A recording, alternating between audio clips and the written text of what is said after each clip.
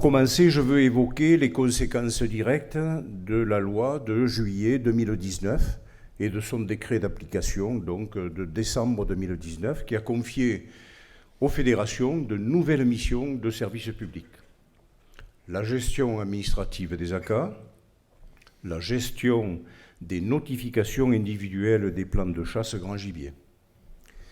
Cette loi a nécessité une refonte de notre organisation interne mise en œuvre par notre directeur.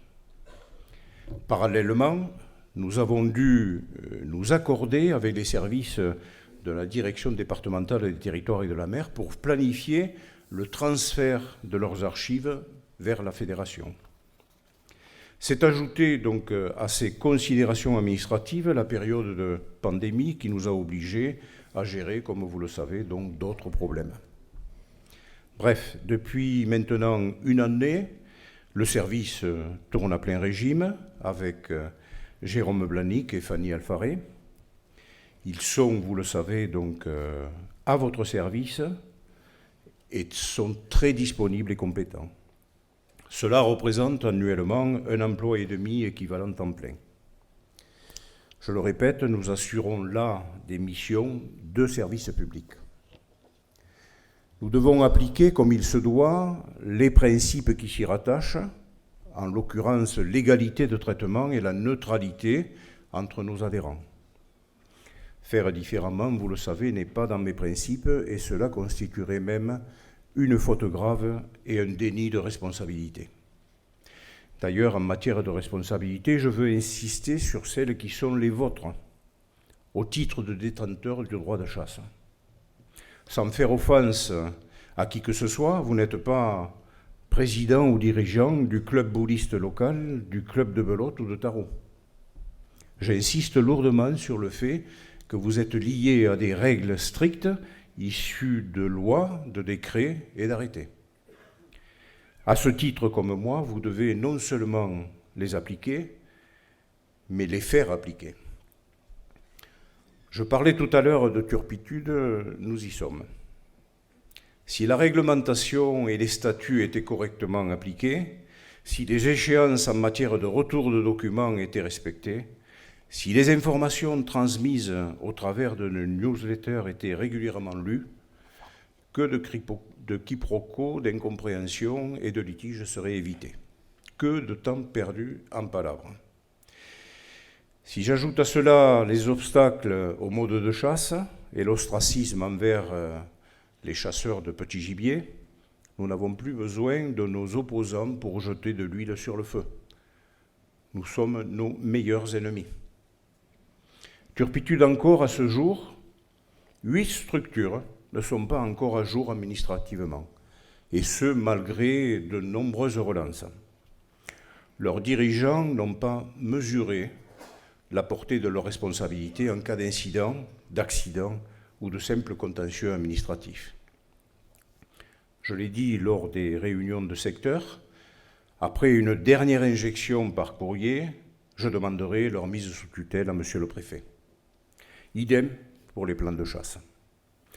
Vous le savez, la Fédération gère désormais l'instruction complète des demandes et attributions de plans de chasse. Cette mission est exécutée en plusieurs étapes.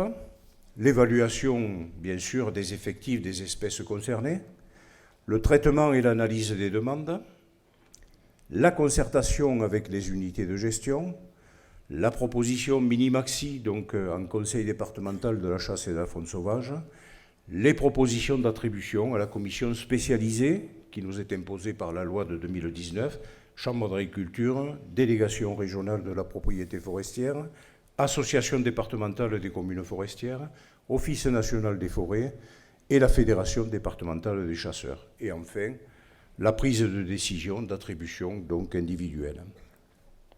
Nous avons tenu les délais et tous les détenteurs ont pu bénéficier de leur plan de chasse triennal.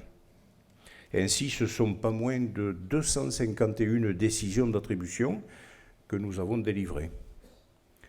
J'insiste, le plan de chasse triennal est construit pour une large part sur la confiance entre le monde de la chasse et les services de l'État. il n'est possible que si chacun remplit ses obligations. Alors je dois le dire, et j'espère que ce sera la dernière fois, il a été encore relevé un manque de rigueur de la part de certains détenteurs de plans de chasse dans le retour des déclarations de prélèvement. Ces situations sont difficilement justifiables face notamment à nos détracteurs et nos opposants qui siègent en conseil départemental de la chasse et de la faune sauvage. Elles pourraient même remettre en question le principe du plan de chasse triennal. Je ne peux accepter que le laxisme de certains mette en péril l'engagement et le sérieux de la majorité. C'est inadmissible. Donc que les choses soient claires. À l'avenir, je vous engage à faire preuve d'une extrême rigueur dans ce domaine. Je sais et je suis bien conscient, je l'ai dit en préambule, tout se complexifie. C'est pourquoi donc, nous avons mis à la disposition des détenteurs de droits de chasse des outils dématérialisés pour simplifier les procédures. Je sais aussi que cette dématérialisation, cette numérisation n'est peut-être pas à la portée de tous. C'est vrai, je le conçois tout à fait. Pour vous accompagner dans ces évolutions, nous avons programmé des sessions de formation qui vont se mettre en place sur les outils informatiques développés par notre administrateur Fernand Rull. Concernant les chasseurs, on n'échappe pas à la règle. Le président vient d'en parler, que ce soit la gestion du plan de chasse, que ce soit la gestion du carnet battu, la gestion carnet prélèvement, tout est dématérialisé aussi. Et on a aujourd'hui, de par la loi, des obligations qui font qu'on est de plus en plus obligé d'aller dans ce sens. Je voudrais parler notamment du SIA, le nouveau système de gestion des armes, qui impose à l'ensemble des chasseurs d'enregistrer nos armes au travers de ce système. On en parlera tout à l'heure. On en parlera tout à l'heure, sachant qu'on a déjà un peu entamé cette démarche de formation et d'aide auprès de nos chasseurs, puisque je vous rappelle, on a notamment Madame Alfaré qui reçoit les chasseurs à la fédération et qui peut vous aider à créer votre râtelier numérique. Mais je crois que vous voulez aller plus loin dans l'accompagnement des chasseurs, jusqu'à, je crois que vous allez créer une commission. Voilà, tout à fait. Sur la Donc, numérisation. dans le cadre du nouveau conseil d'administration qui sera élu aujourd'hui, on va mettre en place une commission spécifique à la formation et à l'information de l'ensemble de nos chasseurs. Et moi, je ne peux que vous inviter à tous les responsables que vous êtes, président, trésorier, secrétaire et administrateur des ACA, de vous inscrire massivement à ces formations. On va vous donner les outils pour pouvoir gérer, comme vient de dire le président, vos structures synergétiques le plus facilement possible. On va vous accompagner, bien entendu, et on souhaite que vous soyez précis et que vous soyez nombreux à vous inscrire à ces ensembles de formations donc, qui seront étalés, bien entendu, tout au long de l'année, et notamment en période où la chasse est fermée pour que ce soit plus facile pour vous. Merci Fernand, merci. Merci pour tout, Fernand. Nombreux sont ceux dans cette salle qui bénéficient déjà de ta bienveillance, de ta compétence et de ta disponibilité.